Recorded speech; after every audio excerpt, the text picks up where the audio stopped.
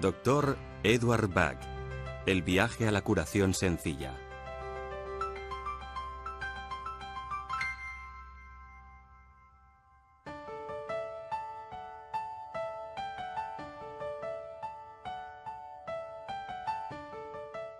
El descubrimiento casual de una flor cerca de un manantial de montaña en Gales marcaría el comienzo de un viaje para uno de los pensadores más imaginativos de nuestro tiempo, Edward Bug, un doctor entregado y apasionado que dio la espalda a la medicina ortodoxa y empezó a investigar el poder curativo de la naturaleza para tratar las enfermedades. El Dr. Bug fue un respetado doctor, bacteriólogo y patólogo en el Londres de principios del siglo XX.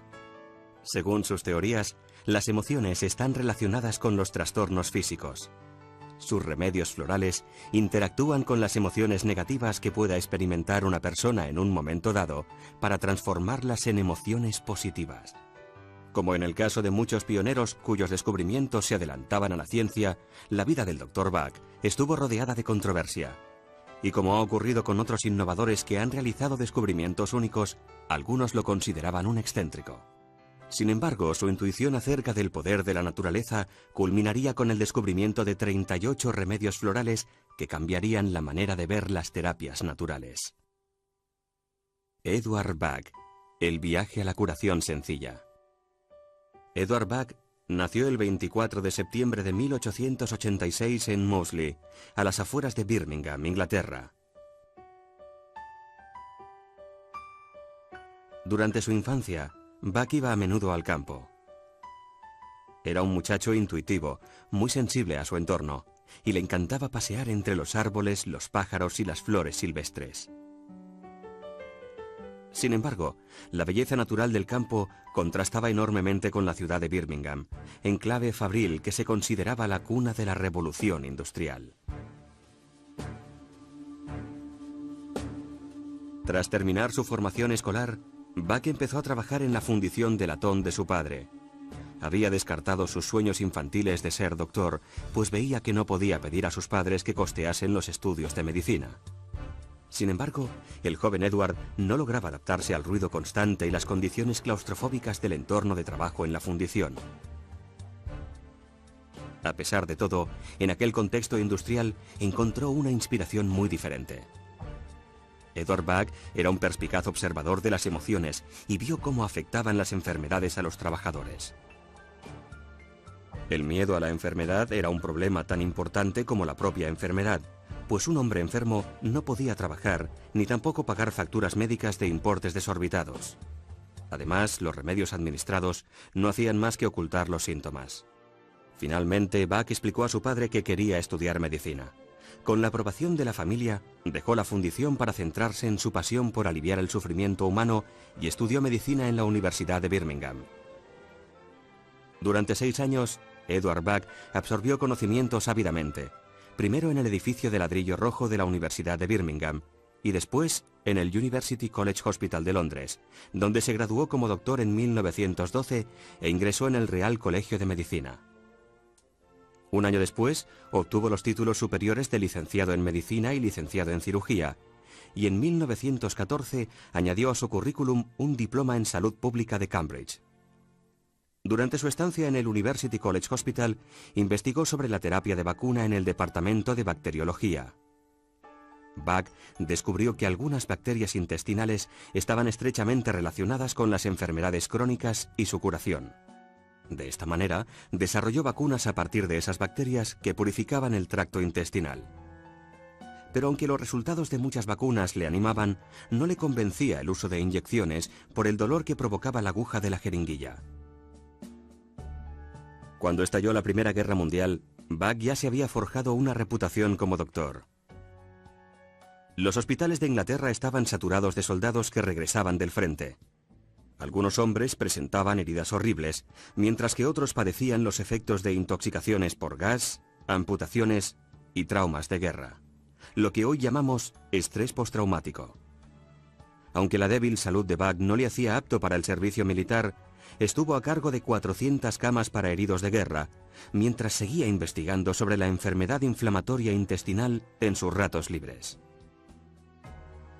En el tiempo que pasó con los soldados heridos, empezó a observar que algunos, con los mismos trastornos que otros, se recuperaban mejor durante el proceso de curación, aunque no estaba seguro de los motivos. Por desgracia, en 1917, todos sus esfuerzos quedaron bruscamente interrumpidos cuando sufrió un colapso en el trabajo con una hemorragia masiva. Le ingresaron rápidamente en el hospital y le extirparon un cáncer ya en estado avanzado. Le dieron tan solo 3 meses de vida.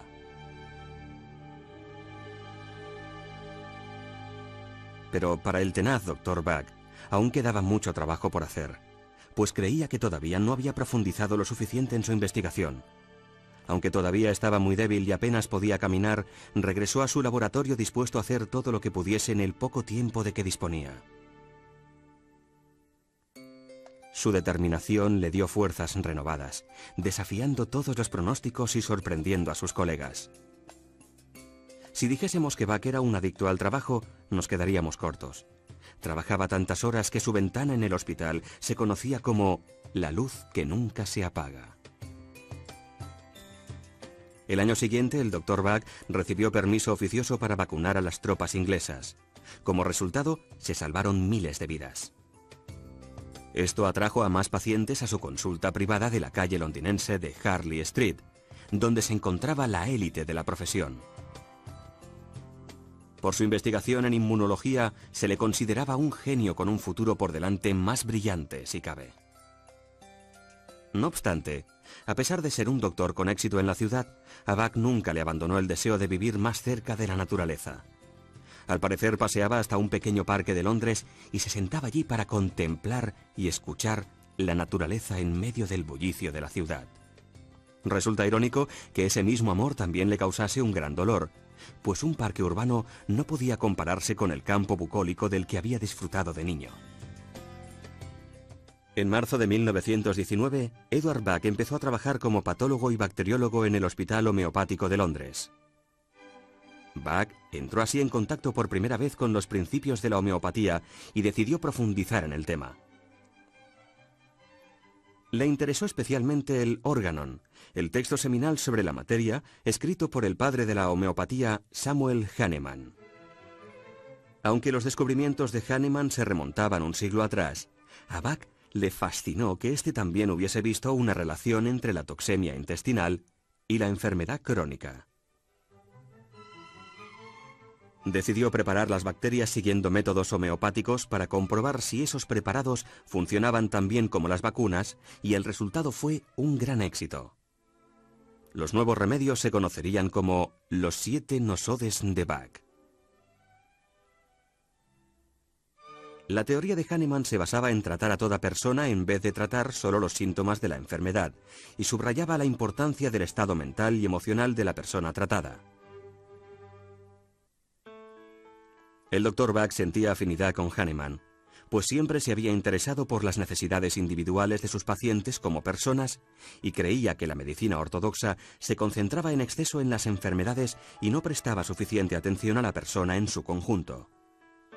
Le ilusionaba pensar que las ideas de Hahnemann podían conducirle a una forma de tratar la causa de la enfermedad más segura y natural de lo que jamás había soñado siendo niño. Empezó a aplicar las ideas de Hahnemann en su consulta, clasificando a sus pacientes y buscando vínculos entre su personalidad y los nosodes bacterianos que necesitaban. Descubrió que a menudo podía predecir los nosodes que necesitaría utilizar para un paciente con tan solo fijarse en el tipo de personalidad. En 1922, el Dr. Bach decidió dejar su trabajo en el Hospital Homeopático de Londres para concentrarse en su investigación, aunque siguió recibiendo y tratando pacientes en su consulta de Londres. Abrió un gran laboratorio en Park Crescent, donde conoció a la radiógrafa Nora Weeks. Ella también encontraba fascinante la perspectiva de curación mediante terapias naturales y creía firmemente en la dirección que estaba tomando la investigación de Bach. Más tarde se convertiría en su ayudante, aunque, al parecer, la relación más personal entre ambos fue meramente platónica. Hacía tiempo que Bach se oponía al uso de bacterias, el producto de la enfermedad, como tratamiento. quería encontrar un equivalente puro y natural a los 7 nosodes bacterianos que había descubierto previamente, por lo que empezó a experimentar con plantas que pudiesen reproducir sus efectos. Bach había dejado de ser un médico tradicional para convertirse en un terapeuta holístico. Según las normas de la época, cuando se suponía que los doctores debían ser más bien reservados y distantes, Eduard Bach era un hombre poco convencional. No era extraño verle unirse a los conciertos espontáneos que surgían en los pubs o invitar alguna copa a los parroquianos. Se sentaba en el bar y observaba cómo se comportaba la gente, algo que siempre le fascinó. A pesar de este carácter sociable, era reacio a los acontecimientos formales. En una cena que se celebraba en un gran salón de banquetes, para paliar su aburrimiento, empezó a examinar los rostros, gestos y modales de los invitados. Empezó a considerar cómo podría agrupar esas personalidades y tipos emocionales. Y se preguntó si las personas con tipos parecidos de personalidad y de emociones padecerían las mismas enfermedades.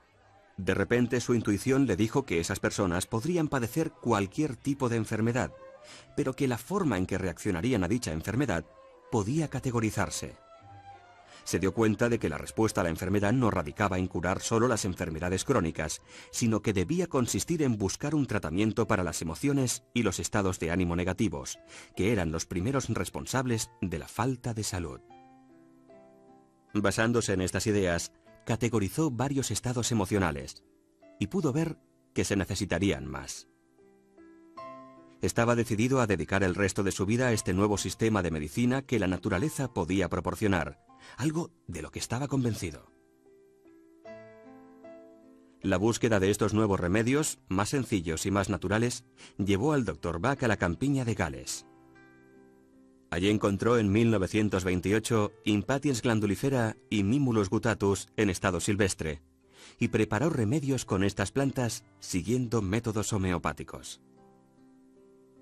El Dr. Bach empezó a usar los nuevos remedios florales con sus pacientes, prescribiéndolos según su personalidad. El éxito fue inmediato y notable. A continuación añadió a su colección la clemátide. Estos 3 remedios tuvieron tanto éxito que a finales del año siguiente había dejado de usar todos los demás medicamentos. Mientras tanto, seguía buscando más plantas curativas. En 1930, Bach hizo lo que otros doctores consideraban impensable. Dio la espalda a la medicina ortodoxa y dejó su consulta de Londres, sumamente lucrativa, para dedicarse por completo a la búsqueda de nuevos remedios a partir de las plantas del campo. Además, le pidió a Nora Weeks que le acompañase como ayudante. El Dr. Bach siguió descartando de su práctica ideas y teorías innecesarias, como los antiguos métodos de preparación de remedios en laboratorio, y diseñó 2 nuevos métodos para preparar las flores. El primero de ellos fue el método del sol. El Dr. Bach colocaba las flores frescas en un cuenco con agua bajo la luz directa del sol, de modo que la energía de la planta se filtrase al agua. Unos años más tarde, ya establecido en Mount Vernon, descubrió un segundo método, el método de ebullición, que utilizaría para 18 de los remedios. Este método consistía en recoger las flores y hervirlas en agua durante media hora para luego dejarlas enfriar. Para preparar los remedios, el Dr. Bach mezclaba el agua con las propiedades de las flores a partes iguales con brandy, que hacía la función de conservante. Al líquido resultante lo denominó tintura madre. Luego preparaba botellitas de concentrado diluyendo 2 gotas de tintura madre en 30 mililitros de brandy. De 1930 a 1934, el Dr. Bach y Nora viajaron por los rincones más remotos de Inglaterra y Gales, preparando y probando remedios a partir de numerosas plantas. Experimentaron usando estos preparados con sus pacientes. Con el tiempo, creó 19 remedios. La mayoría de ellos se elaboraron a partir de flores, con la excepción del Rock Water, que se creó en 1933 con agua de un manantial olvidado. En un par de casos, Olive y Vine, Escribió a amigos de Suiza y de Italia para pedirles que preparasen los remedios siguiendo sus instrucciones a fin de probarlos con sus pacientes. Uno de sus destinos rurales favoritos era Cromer, una población de la costa este de Inglaterra. Le gustaba observar la dinámica entre los turistas relajados y los locales que seguían el ritmo de su vida cotidiana. Las observaciones realizadas por Bach en este tranquilo entorno reforzaron sus teorías sobre los diferentes tipos de personalidades. Mientras que todos los habitantes de la población se enfrentaban a retos cotidianos similares, las reacciones de las personas ante una situación dada eran muy individuales. Fue durante su estancia en Cromer cuando el Dr. Bach descubrió muchos de los primeros remedios: Agrimory, Chicory, Verben, Centaury, Cerato, Scleranthus y Oak. También fue ahí donde una emergencia marítima puso a prueba el trabajo de Bach. El 14 de diciembre de 1933, una feroz tormenta azotaba el mar. Se dispusieron barcos de salvamento para rescatar a 2 pescadores de la barcaza naufragada The Sepoy. Los barcos intentaron zarpar durante 6 horas, pero el mar estaba demasiado agitado. Finalmente, un barco de salvamento logró colocarse junto a la proa de la barcaza y rescató a uno de los pescadores que se había atado al mástil. Expulsaba espuma por la boca, deliraba y se pensó que no sobreviviría. De hecho, quienes lo rescataron creyeron que se trataba de una muerte segura. Cuando llegaron a tierra firme, el Dr. Bach insistió en intentar salvar la vida del pescador y humedeció los labios del hombre con una combinación de remedios a la que se refirió como Rescue Remedy. Según cuentan, instantes después, el hombre se incorporó y pidió un cigarrillo, tras lo cual lo llevaron al hospital local. En este punto de la vida de Bach, los remedios florales empezaban a hacerse famosos gracias al boca a boca.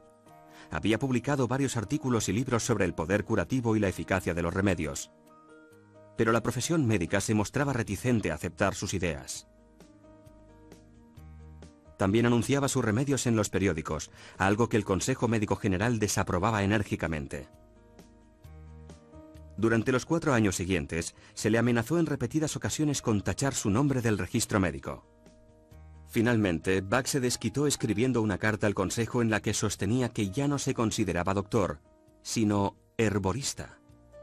En una carta posterior, rescindió su asociación con la medicina ortodoxa para no volver a saber nada del Consejo Médico General nunca más. Después de años de viajes, el Dr. Bach y su ayudante Nora consideraron que había llegado el momento de establecer un centro donde poder continuar preparando sus remedios. Alquilaron una casa de campo victoriana, Mount Vernon, en el tranquilo pueblo de Shotwell, en el condado inglés de Oxfordshire. Su buen amigo Victor Bullen, un constructor de Cromer, se les uniría más tarde para ayudarles en su labor. Bach tuvo una grata sorpresa al comprobar que casi todas las plantas curativas crecían en un radio de 1,5 a 3 kilómetros de su nuevo hogar. Para entonces ya había gastado todos los ahorros que le quedaban de la consulta de Londres. No tenía mucho dinero para amueblar la casa, así que recogió madera y fabricó sus propios muebles, que aún se conservan hoy en día en Mount Vernon. Aunque su economía no era precisamente boyante, el Dr. Bach no cobraba por sus servicios ni sus remedios. Consideraba que la salud era un derecho de toda persona y sus remedios no eran más que una prolongación natural de la curación. Resulta paradójico que las visitas gratuitas incomodasen a los propios pacientes. Muchos no regresaban para una segunda visita porque sentían que se estaban aprovechando de su bondad. Así que el Dr. Bach decidió cobrar el tratamiento para que los pacientes sintiesen que no solo recibían, sino que también daban algo a cambio. La fama de los remedios empezó a extenderse. Bach conocía a la familia Nelson, los propietarios de la farmacia homeopática más antigua de Europa. De vez en cuando viajaba a Londres para entregar sus tinturas madre en esta y otras 2 farmacias. Bach también seguía tratando a los pacientes que acudían a verle a Mount Vernon. En esta época, él mismo padeció estados de ánimo negativos para los que aún no tenía remedio. Así descubrió los 19 remedios finales, buscando plantas para tratar sus propias dolencias. El sueño del Dr. Edward Bach de crear un sistema basado en la naturaleza como catalizadora para conseguir un buen estado de salud se había hecho realidad. Y lo más importante para él, el nuevo sistema de remedios era seguro, eficaz y sobre todo, sencillo de usar. El Dr. Bach dio un último golpe de efecto. Quemó casi todas las notas sobre sus estudios de casos y sus hallazgos. Veía el sistema completo como un regalo de la naturaleza. Quería que la gente lo viese y lo juzgase tal como era, sin distraerse con teorías y especulaciones. De esta manera escribió: no hace falta ciencia ni conocimiento. Obtendrán mayor beneficio de este regalo enviado por Dios quienes lo mantengan tan puro como es, libre de ciencia, libre de teorías, pues en la naturaleza todo es sencillo. El Dr. Bach trató con sus remedios a muchas personas de forma satisfactoria. En septiembre de 1936 planificó una gira de conferencias, pero la tensión de toda una vida de duro trabajo empezaba a pasarle factura y solo pudo pronunciar una conferencia antes de caer gravemente enfermo por segunda vez en su vida. A la edad de 50 años, con sus sueños cumplidos, este hombre excepcional murió en paz mientras dormía. Fue enterrado en el cementerio del pueblo, muy cerca de Mount Vernon, y en su lápida se grabó la siguiente inscripción: velad porque siga vivo siempre. Ciertamente, a través de sus remedios, lo está. El Dr. Bach dejó su trabajo en manos de sus amigos Nora Weeks y Victor Bullen. En 1958 recaudaron fondos para comprar Mount Vernon, ahora más conocido como la sede del Centro Bach, y lo cedieron a una fundación. Tras la muerte de Nora en 1978, la fundación quedó a cargo de sus socios John Ramsell y Nicky Murray, y luego de John y su hija Judy Ramsell Howard tras la jubilación de Nicky. En 1989, John fundó una fundación benéfica a la que transfirió la propiedad de Mount Vernon, de modo que la casa y el jardín quedasen protegidos para siempre. Hoy en día, el Centro Bach es el eje de un programa mundial de formación. Profesionales de todo el mundo se inscriben aquí y prometen trabajar de acuerdo con los métodos originales establecidos por el propio Dr. Bach. Por lo tanto, aunque ahora es un fenómeno mundial, el sistema sigue siendo tal como el Dr. Bach lo dejó hace tantos años. Sencillo y puro, como las flores que crecen silvestres en el jardín. Y para todas las personas implicadas, la sencillez y la pureza de este método curativo son aspectos primordiales. Como escribió el Dr. Bach hace muchos años, es el sistema de la naturaleza y por tanto, es correcto.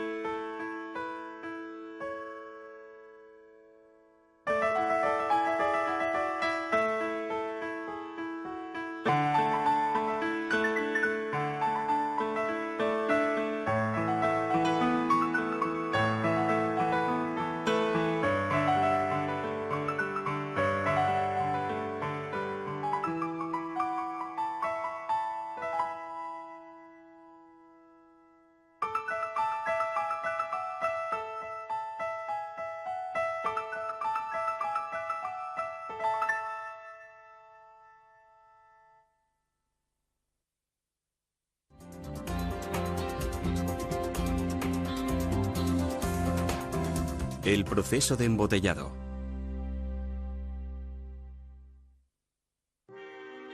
Desde la década de 1930, cuando el Dr. Bach descubrió sus 38 remedios florales, las tinturas madre se han preparado con flores del jardín de Mount Vernon. Con las tinturas madre, el Dr. Bach preparaba remedios concentrados para sus pacientes. Además, suministraba tinturas a varias farmacias homeopáticas de Londres para que pudiesen preparar remedios para sus clientes. Uno de los puntos de venta elegidos era la farmacia Nelson's, situada en la calle londinense de Duke Street. Tras la muerte del Dr. Bach en 1936, sus ayudantes continuaron su labor y su hogar se convirtió en el Centro Bach. El equipo del Centro Bach preparaba, embotellaba y distribuía remedios a quien lo solicitase. A finales de la década de 1980, del pequeño pueblo inglés salían 80.000 botellitas de concentrado semanales para distribuirse por todo el mundo. Sin embargo, y como podrán imaginar, se hacía difícil satisfacer una demanda que no dejaba de crecer. En la década de 1960, Nora Weeks, la ayudante del Dr. Buck en la época en la que éste descubrió los remedios, había pedido a Nelsons que les ayudase a lanzar la Rescue Cream. En ese momento el centro volvía a necesitar ayuda y ya en 1991 concedió licencias a Nelsons para embotellar y distribuir sus tinturas madre. 2 años después, en 1993, este acuerdo se transformó en permanente cuando el centro vendió a Nelsons los derechos de embotellado y distribución. Actualmente Nelsons produce millones de botellitas de concentrado al año y las flores de Buck originales se venden en más de 70 países. Millones de personas, entre ellas respetados doctores y profesionales de la medicina alternativa de múltiples disciplinas, tienen total confianza en las flores de Buck. Las tinturas madre siguen preparándose según el método tradicional. Un empleado de Nelsons formado por el director del Centro Buck recoge las flores a mano en el jardín del Centro Buck, donde las plantas crecen silvestres. Otras plantas crecen en los alrededores, muchas de ellas en los mismos lugares donde el Dr. Buck las encontró hace unos 70 años. En algunos casos concretos, los encargados de preparar los remedios tienen que viajar un poco más lejos. El Rockwater se elabora en Gales, mientras que durante la Pascua se realizan viajes a zonas remotas de España para preparar los remedios Vine y Olive en su entorno natural. El Dr. Buck estableció 2 métodos de preparación de los remedios.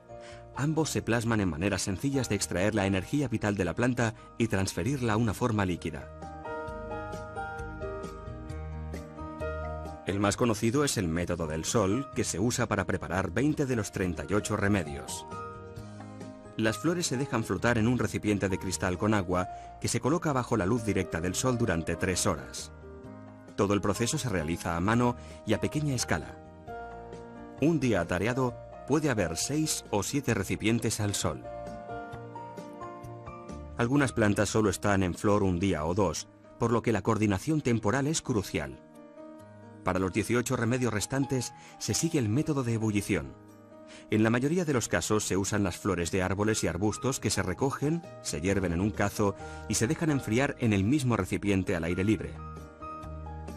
A partir de aquí, el proceso es igual en los 2 casos.